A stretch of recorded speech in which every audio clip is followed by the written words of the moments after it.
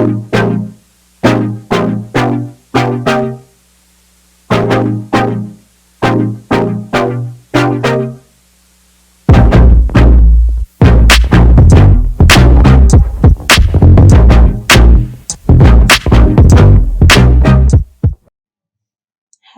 বন্ধুরা, আসসালামু আলাইকুম। সবাই কেমন আছেন? আমি শামসুন নাহার হীরা মাই ডিম চ্যানেলের পক্ষ থেকে সবাইকে স্বাগতম। আশা করি আপনারা সবাই ভালো আছেন এই বৃষ্টির দিনে। তো বন্ধুরা, আমি আজ আপনাদের সাথে শেয়ার করার জন্য একটা নতুন রেসিপি নিয়ে হাজির হয়েছি। আপনারা সবাই আমার সাথে থাকবেন, ভিডিওটি অবশ্যই না টেনে শুরু থেকে শেষ পর্যন্ত দেখার জন্য আপনাদের কাছে অনুরোধ রইল। আমার আজকের রেসিপি হচ্ছে গরুর মাংস কষা। আমি এখানে গরুর মাংসটা কিভাবে রান্না করব সেটা নিয়ে আপনাদের সাথে শেয়ার করতেছি।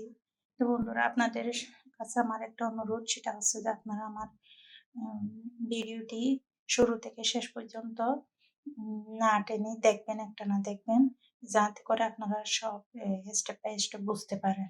যদি আপনারা টেনে টেনে দেখেন তাহলে দেখতে পারবেন যে আপনারা কোথায় একটা মিস হয়ে গেছে। সেজন্য আপনারা পুরো ভিডিওটা না টেনে পুরো ভিডিওটা দেখবেন। আর আমার একটা রিকোয়েস্ট হচ্ছে আপনাদের কাছে, আপনারা যদি এখনো আমার চ্যানেলটি সাবস্ক্রাইব না করে থাকেন তাহলে সাবস্ক্রাইব করে দেবেন। আপনার একটা সাবস্ক্রাইব হচ্ছে আমার জন্য অনেক কিছু। আর আমার যদি সাবস্ক্রাইব করে রাখেন তাহলে আমার নতুন নতুন ভিডিও যেগুলো আপলোড করব আপনারা ওগুলো পেয়ে যাবেন। আর হচ্ছে পাশে থাকা বেল আইকনটি বাজিয়ে রাখবেন। তো বন্ধুরা, আপনাদের এই একটা লাইক আমাকে অনেক প্রেরণা দেয়। একটা কমেন্টের জন্য অনেক খুশি হই। আর যদি ভিডিওটা যদি আপনাদের ভালো লেগে থাকে তাহলে আপনারা শেয়ার করবেন। ধন্যবাদ সবাইকে। এই বলে আমি আমার রেসিপিটা শুরু করতেছি। আপনারা ধৈর্য সহকারে না টেনে আমার ভিডিওটা দেখবেন। তো বন্ধুরা, আমি এখানে এই যে দেখেন, আমি এখানে গরুর মাংস নিয়েছি 1 কেজি পরিমাণ। এটাকে আমি গরুর মাংস কষা যেটাকে বলে, বেশি ঝোল দেবো না, একটু একটু করে কষাই রান্না করব। সেই জন্য আমি এটা ধুয়ে একটা পাত্রের মধ্যে পরিষ্কার করে নিয়েছি। এখন আমি পরবর্তী স্টেপ আপনাদেরকে দেখাবো। তো বন্ধুরা, এর জন্য আমার যে আইটেমগুলো দরকার, এটা হচ্ছে যে এখানে আমি গরম মশলা নিয়েছি, যেগুলো ধনে, এখানে তেজপাতা আছে, তারপরে লবঙ্গ, এলাচ, দারুচিনি নিয়েছি। এটা হচ্ছে আমার পেঁয়াজ, এটা আমি সেরেজার দিয়ে ছোট করে নিয়েছি। এরপরে আছে লবণ দিব পরিমাণ মতো। এখানে পেস্ট করা আছে রসুন পেস্ট, এরপর হচ্ছে টক দই, আদা পেস্ট করা, সরিষা বাটা পেস্ট। বন্ধুরা, আমি মাংস নিয়েছি।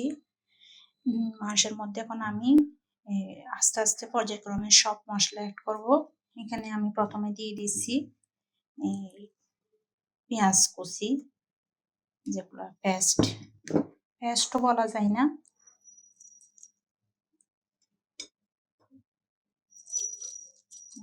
এরপরে একটা আমি আদা অ্যাড করব।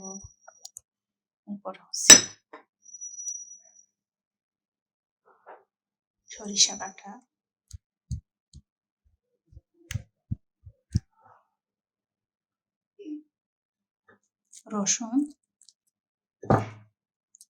রসুন পেস্ট, এরপর আমি দেব টক দই,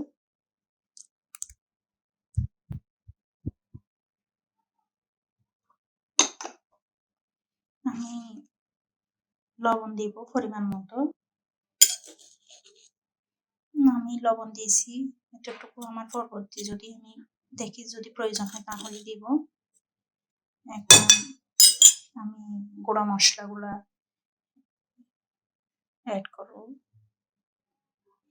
এখন আমি সব মশলা এই পেঁয়াজ, রসুন, আদা, সরিষে, টক দই, লবণ, এরপর হচ্ছে লাল মরিচের গুঁড়ো, ধনিয়ার গুঁড়ো, জিরের গুঁড়া, হলুদের গুঁড়া সবগুলো একসাথে মিক্স করে এখন আমি মাংসটা ভালো করে মেখে নিব। হ্যাঁ বন্ধুরা, আমি ভালো করে মিক্স করে নিয়েছি সব মশলা। এখন এখানে আমি আর একটা জিনিস অ্যাড করি নাই, সেটা হচ্ছে যে আমি সস অথবা সয়া সস কোন একটা দিব। এটা দিয়ে আমি সয়া সস মেখে আমি মাংসটা 8 ঘন্টা অথবা 1 ঘন্টার জন্য রেস্টে দিব। আমি এখানে এক টেবিল চামচ পরিমাণ এই সয়া সস দিছি। এটা দেওয়ার পর আমি ভালো করে মিক্স করে নিয়ে এটা রেস্টে দিব। আমি সয়া সসটা ভালো করে মিক্স করে নিয়েছি। এরপরে আমি আধা ঘন্টা 1 ঘন্টা পরে আমি এটা রেস্টে দেওয়ার পরে আধা ঘন্টা 1 ঘন্টা পরে আমি আবার ফিরে আসবো। বন্ধুরা সাথে থাকবেন। আমার ভিডিওটি অবশ্যই না টেনে পুরো ভিডিওটা দেখবেন, তাহলে আপনারা বুঝতে পারবেন। আমার যদি ভিডিওটা ভালো লেগে থাকে তাহলে একটা লাইক, কমেন্ট, যদি আরো ভালো লেগে থাকে তাহলে শেয়ার করে দেবেন। আর আমার চ্যানেলটি অবশ্যই সাবস্ক্রাইব করে দেবেন প্লিজ প্লিজ। তো বন্ধুরা, আমি আধা ঘন্টা পর আবার ফিরে এসেছি। এখন আমি একটা পাত্র নিব, পাত্রতে নিয়ে আমি মাংসটা রান্না করে দেখাবো। হ্যালো বন্ধুরা, আমি একটা পাত্র নিয়েছি। এটাতে আমি তেল দিব পরিমাণ মতো। তেল দিয়ে পরে মাংসটা ঢেলে দিব। হ্যাঁ, আমার তেলটি মোটামুটি গরম হয়ে এসেছে। এখন আমি এখানে আমার